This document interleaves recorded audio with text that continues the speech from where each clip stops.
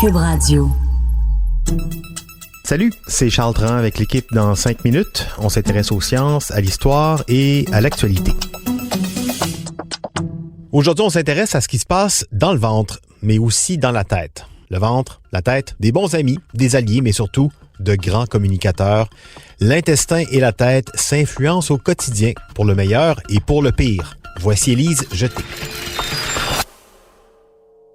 Si on vous dit d'activer vos neurones, peut-être qu'on est en fait en train de vous demander de digérer comme un champion. Et oui, on sait aujourd'hui que 200 millions de neurones sont présents au niveau de l'intestin. Ceux-ci communiquent étroitement avec le système nerveux central et le cerveau. Vous avez une ligne téléphonique de haute qualité du ventre à la tête.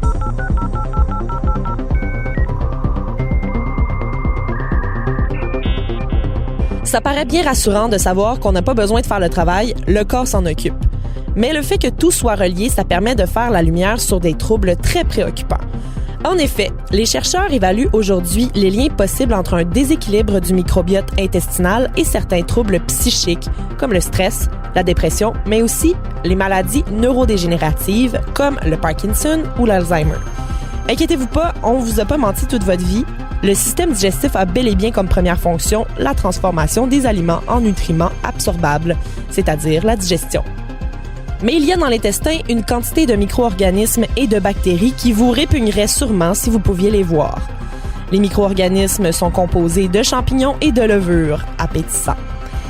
Mais les bactéries, elles, sont surtout vivantes. Et accessoirement, elles sont environ 100 trillions dans le système digestif. Ça pèse entre 1,5 et 2 kilos. Tout ça, c'est pas le zoo de Grenby, c'est le microbiote ou la flore intestinale. On appelle son empreinte génétique microbiome. Tous les microbiotes se ressemblent, mais c'est leur façon d'interagir avec ce qui se passe autour d'eux qui change d'une personne à l'autre. Le microbiote, c'est lui qui accueille la nourriture ingurgitée en premier. Dans l'intestin, c'est lui le hall d'entrée.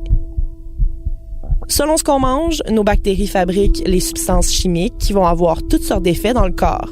Ce sont aussi ces interactions qui sont responsables du développement de certains cancers. Mais sortons du ventre et laissons-nous porter jusqu'à la tête. L'intestin et le cerveau se font des appels longue distance sur une base régulière. Ils ont deux façons de se parler, une ligne fixe et un cellulaire, une voie nerveuse directe et une voie indirecte, qui utilisent le système immunitaire comme messager. La voie directe, plus rapide, relie les deux organes avec un nerf qui reçoit et transmet des informations par la paroi du tube intestinal. Les messages qui utilisent la ligne fixe, le nerf, sont la faim, la satiété, par exemple. La deuxième ligne, plus complexe, est le système immunitaire.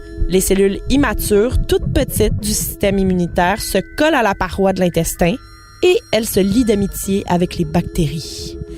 Dépendamment de quel genre de bactéries elles rencontrent, les cellules du système immunitaire grandissent et se métamorphosent. Par exemple, certaines bactéries vont favoriser la production de lymphocytes Th17 dans le système immunitaire. Celles-là, elles jouent un rôle dans tous nos processus inflammatoires. Une fois rendues au cerveau, ces cellules-là jouent un rôle dans la pathologie de la sclérose en plaques. En poussant cette recherche précisément, les chercheurs ont découvert qu'un régime végétarien avait un effet bénéfique afin de prévenir la sclérose en plaques. Une communication du ventre à la tête qui est donc plutôt intéressante à connaître. Ils ont de la jasette, le cerveau et l'intestin. Leur conversation n'est jamais finie. Le système digestif peut aller jusqu'à causer ou aggraver des problèmes neurologiques.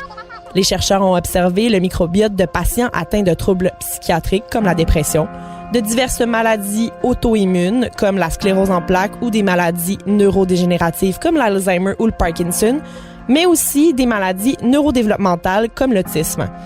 Et leur microbiote était altéré. C'est différent d'une maladie à l'autre, mais on observe un certain type de bactéries de manière plus abondante ou moins présente. Chaque pathologie est associée à un manque ou à une augmentation d'une ou de plusieurs bactéries particulières. On ne sait pas encore si les particularités de notre petit zoo de Grenby intérieur sont d'ordre génétique, dû à l'alimentation ou encore liées à autre chose.